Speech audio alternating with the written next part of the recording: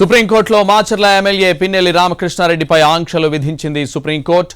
Counting కేంద్రానికి వెళ్లొద్దని ఆదేశాలు జారీ చేసింది సుప్రీంకోర్టు.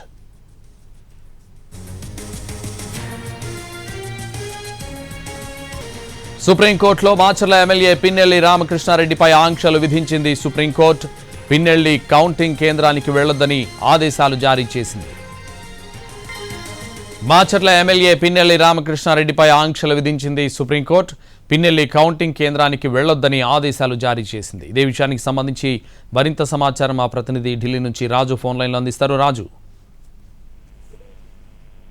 సంతోష్, ఏదైతే పిన్నెల్లి రామకృష్ణారెడ్డికి సంబంధించి పోలింగ్ జరుగుతున్నటువంటి సందర్భంలో తను మాచర్ల నియోజకవర్గంలో ఈవీఎం ను ధ్వంసం చేశారు అనే అంశం ఇప్పటికే కొంత సంచలనంగా మారింది, మనం చూస్తూనే ఉన్నాము. అయితే ఈ కేసుకు సంబంధించి ఇప్పటికే హైకోర్టులో ఏదైతే పిన్నెల్లి రామకృష్ణారెడ్డికి ఏ విధంగానైతే ఆయనను అరెస్ట్ చేయాలని చెప్పి ఎప్పుడైతే వారెంట్ జారీ అయిందో, సో దానికి అనుగుణంగా తను హైకోర్టుకు వెళ్లి కొంత ఊరట లభించింది హైకోర్టులో. అంటే 6వ తేదీ వరకు పిన్నెల్లి పైన ఎటువంటి చర్యలు తీసుకోవద్దని చెప్పి హైకోర్టు ఆదేశాలు ఇచ్చింది. అయితే హైకోర్టు ఇచ్చినటువంటి ఆదేశాలను సుప్రీంకోర్టులో సవాలు చేశారు. సుప్రీంకోర్టులో ముఖ్యంగా ఏదైతే పిన్నెల్లి ద్వారా తమకు ఏదైతే ప్రాణ నష్టం ఉంది, ఖచ్చితంగా తను దాడి చేస్తారు, ఏ విధంగానైతే తను ఏకంగా పోలింగ్ సెంటర్ లో అటు పోలింగ్ జరుగుతున్నటువంటి సమయంలో దాడి చేశారో, సో అదే విధంగా ఇప్పుడు మళ్ళీ దాడి చేసే అవకాశం ఉంటుంది, తన వల్ల తమకు ఖచ్చితంగా ప్రాణహాని ఉందని చెప్పి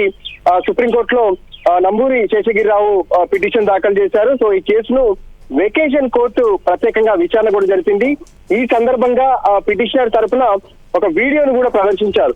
సుప్రీంకోర్టు జస్టిస్లకు ఇద్దరికి కూడా వీడియోను ప్రదర్శించి చూపెట్టారు. ఆ వీడియోలో పిన్నెల్లి రామకృష్ణారెడ్డి మాచర్ల నియోజకవర్గంలో పోలింగ్ జరిగిన రోజున, అంటే 13వ తేదీన తను ఈవీఎం ను పగలగొడుతున్నటువంటి దృశ్యాలు కూడా చూపించారు.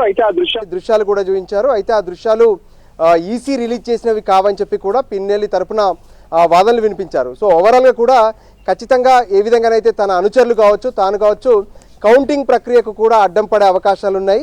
సో ఖచ్చితంగా ఈ విషయంలో సుప్రీంకోర్టు జోక్యం చేసుకోవాలి, పిన్నెల్లి పైన చర్యలు తీసుకునేలా ఆదేశాలు జారీ చేయాలని చెప్పి అటు వాళ్ళు సుప్రీంకోర్టులో తమ వాదనలు వినిపించారు. సో ఫైనల్గా సుప్రీంకోర్టు ధర్మాసనం మాత్రం ఈ విషయంలో కొంత కీలక నిర్ణయమే తీసుకుందని చెప్పుకోవచ్చు. ఎందుకంటే పిన్నెల్లి రామకృష్ణారెడ్డికి హైకోర్టు ఇచ్చినటువంటి వాటిని అన్నింటినీ కూడా ఆపేస్తూ నిలిపివేస్తూ ముందుగా పిన్నెల్లి రామకృష్ణారెడ్డి కౌంటింగ్ సెంటర్లకు వెళ్ళొద్దు, అంటే ఒక అభ్యర్థిగా ఉన్నారు తను వైఎస్ఆర్సీపీ తరఫున, అయినప్పటికీ కూడా తను కౌంటింగ్ సెంటర్కు వెళ్ళడానికి వీల్లేదు, ఎందుకంటే పోలింగ్ సమయంలో పోలింగ్ బూత్లోనే ఈవీఎంను పగలగొట్టారు కాబట్టి. సో ఇప్పుడు మరింత కొంత గందరగోళం సృష్టించే అవకాశాలు కూడా ఉన్నాయి. సో ఖచ్చితంగా కౌంటింగ్ సెంటర్కు మాత్రం పిన్నెల్లి రామకృష్ణారెడ్డి వెళ్ళొద్దు అంటూ ఆదేశాలు జారీ చేశారు. సో దాంతోపాటు ఏదైతే 6వ తేదీన హైకోర్టులో విచారణ ఉంది ఈ కేసుకు సంబంధించి, సో హైకోర్టు ధర్మాసనం సైతం ఈ విషయంలో పూర్తిగా విచారణ జరిపి వెంటనే పరిష్కరించాలని చెప్పి కూడా హైకోర్టుకు సుప్రీంకోర్టు ఆదేశాలు జారీ చేసింది.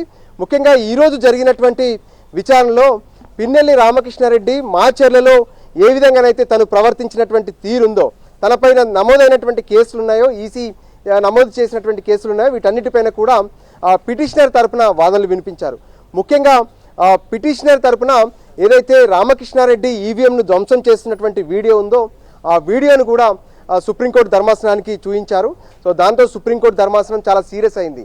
అంటే ఒక ప్రజాప్రతినిధిగా ఉండి తను మళ్ళీ ఎన్నికల్లో పోటీ చేస్తున్నారు, సో ఆయన ఈ విధంగా ఈవీఎంలను ఎలా పగలగొడతారనే అంశం పైన కూడా సుప్రీంకోర్టు ధర్మాసనం చాలా సీరియస్ అయింది. అంతేకాదు, అయితే అదే సమయంలో ప్రత్యేకంగా పిన్నెల్లి రామకృష్ణారెడ్డి తరఫున కూడా వాదనలు వినిపించే ప్రయత్నం చేశారు. అంటే అది ఈసీ విడుదల చేసినటువంటి వీడియో కాదు, దాన్ని అధికారికంగా తీసుకోవద్దని, కానీ అది పోలింగ్ బూత్లోనే జరిగింది. దీనికి సంబంధించి ఇప్పటికే ఈసీ అక్కడ ఉన్నటువంటి పోలింగ్ అధికారులు, దాంతోపాటు అక్కడ ఉన్నటువంటి ఆఫీసర్లు ఇతరులపైన కూడా చర్యలు తీసుకున్నారు. సో ఖచ్చితంగా దీన్ని పరిగణలోకి తీసుకోవాలని చెప్పి ఎవరైతే పిటిషనర్ శేషగిరిరావు ఉన్నారో ఆయన తరఫున వాదనలు వినిపించారు. సో ఫైనల్గా ఇరువైపులా వాదనలు విన్న తర్వాత పిన్నెల్లి రామకృష్ణారెడ్డి ఏ విధంగానైతే ఎన్నికల ప్రక్రియ, ముఖ్యంగా కౌంటింగ్ ప్రక్రియకు అందుబాటులో ఉండాలనే ఆలోచనతోనే హైకోర్టులో తాను అరెస్ట్ కాకుండా ఏదైతే ఆర్డర్ వచ్చింది. కానీ ఇప్పుడు సుప్రీంకోర్టు అరెస్ట్ విషయాన్ని పక్కన పెడితే ముందుగా తను కౌంటింగ్ సెంటర్లకు మాత్రం వెళ్ళొద్దు, మాచర్లలో జరిగే కౌంటింగ్ సెంటర్ ఏదైతే ఉందో ఆ కౌంటింగ్ సెంటర్కు వెళ్ళొద్దు, ఎటువంటి ఆందోళన జరగకుండా ముందస్తుగానే చర్యలు తీసుకోవాలని చెప్పి కూడా ఆదేశాలు జారీ చేసింది. సో మొత్తానికి పిన్నెల్లి రామకృష్ణారెడ్డికి హైకోర్టులో వచ్చినటువంటి తీర్పుకు వ్యతిరేకంగా ఇప్పుడు సుప్రీంకోర్టులో ఆయనకు చుక్కెదురైందని చెప్పుకోవచ్చు సంతోష్. రాజు, అయితే ఈ విషయంలో పిన్నెల్లి మరోసారి అపీల్ చేసుకునే అవకాశం ఏమైనా ఉంటుందా జడ్జి ముందు? ఎస్ సంతోష్, ఇప్పటికే మనం చూస్తున్నాము రేపు ఉదయం కౌంటింగ్ ప్రక్రియ అనేది మొదలవుతుంది. సో దీనికి సంబంధించి ఇప్పటికే దేశవ్యాప్తంగా సార్వత్రిక ఎన్నికలు జరుగుతున్నాయి కాబట్టి దానికి సంబంధించి ప్రక్రియ మొత్తం అన్నీ ఇప్పటికే రెడీ చేస్తున్నారు. రేపు ఉదయం ఇక స్ట్రాంగ్ రూమ్లను ఓపెన్ చేసి ఈవీఎంలను బయటకు తీసుకొచ్చి ఫలితాల ఏదైతే కౌంటింగ్ అనేది ప్రారంభమవుతుంది. సో ఇప్పటికిప్పుడు తను అత్యవసరంగా మళ్ళీ సుప్రీంకోర్టులో ఏదైనా పిటిషన్ వేస్తే దాన్ని అత్యవసరంగా విచారణ జరుపుతారా లేదా అనేది సుప్రీంకోర్టు ధర్మాసనం నిర్ణయం తీసుకోవాల్సి ఉంటుంది.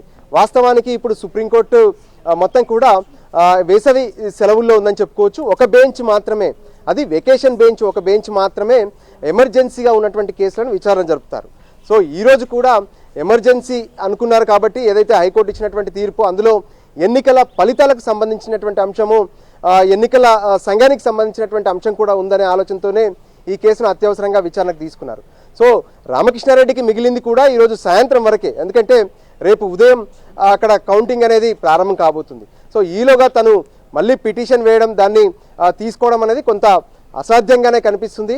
సో ఓవరాల్గా కూడా ఇప్పుడు రామకృష్ణారెడ్డి తను ఎమ్మెల్యేగా పోటీ చేస్తున్నటువంటి మాచర్లలో తను దూరంగా ఉండి కౌంటింగ్ సంబంధించినటువంటి ఫలితాలను తన ఏజెంట్ల ద్వారా తెలుసుకోవాల్సి ఉంటుంది. కానీ ఏ విధంగానైతే తను మామూలుగా అయితే ప్రతి ఎమ్మెల్యే అభ్యర్థి ఎవరైతే పోటీ చేస్తారో వాళ్ళు ఖచ్చితంగా కౌంటింగ్ సెంటర్కి వెళ్తారు. అక్కడ తనకు పడుతున్నటువంటి ఓట్లు కావచ్చు, ప్రత్యర్థులకు పడుతున్నటువంటి ఓట్లు కావచ్చు, వాటన్నిటిని టాలీ చేసుకుంటూ తమకు ఫలితాలు ఎలా వస్తాయనే దాని మీద ఒక ఆలోచనకు వస్తారు, ఒక నిర్ధారణకు వస్తారు. కానీ ఇప్పుడు ఏ విధంగానైతే మాచర్లలో జరిగినటువంటి ఘటన, ఈవీఎంను ధ్వంసం చేసినటువంటి అంశాన్ని ఎన్నికల సంఘం సీరియస్గా తీసుకుంది. అదే సమయంలో ప్రత్యేకంగా రాష్ట్ర పోలీసులు సైతం కేసు నమోదు చేశారు. సో హైకోర్టు ఎప్పుడైతే రిలీఫ్ ఇచ్చిందో దాంతో పిన్నెల్లిని అరెస్ట్ చేయలేదు. కానీ ఇప్పుడు సుప్రీంకోర్టు ఇచ్చినటువంటి ఆదేశాల మేరకు ఖచ్చితంగా తను ఎట్టి పరిస్థితుల్లో కూడా ఇక కౌంటింగ్ సెంటర్లకు వెళ్లేందుకు అవకాశం లేదు, తను బయట ఉండాల్సి ఉంటుంది.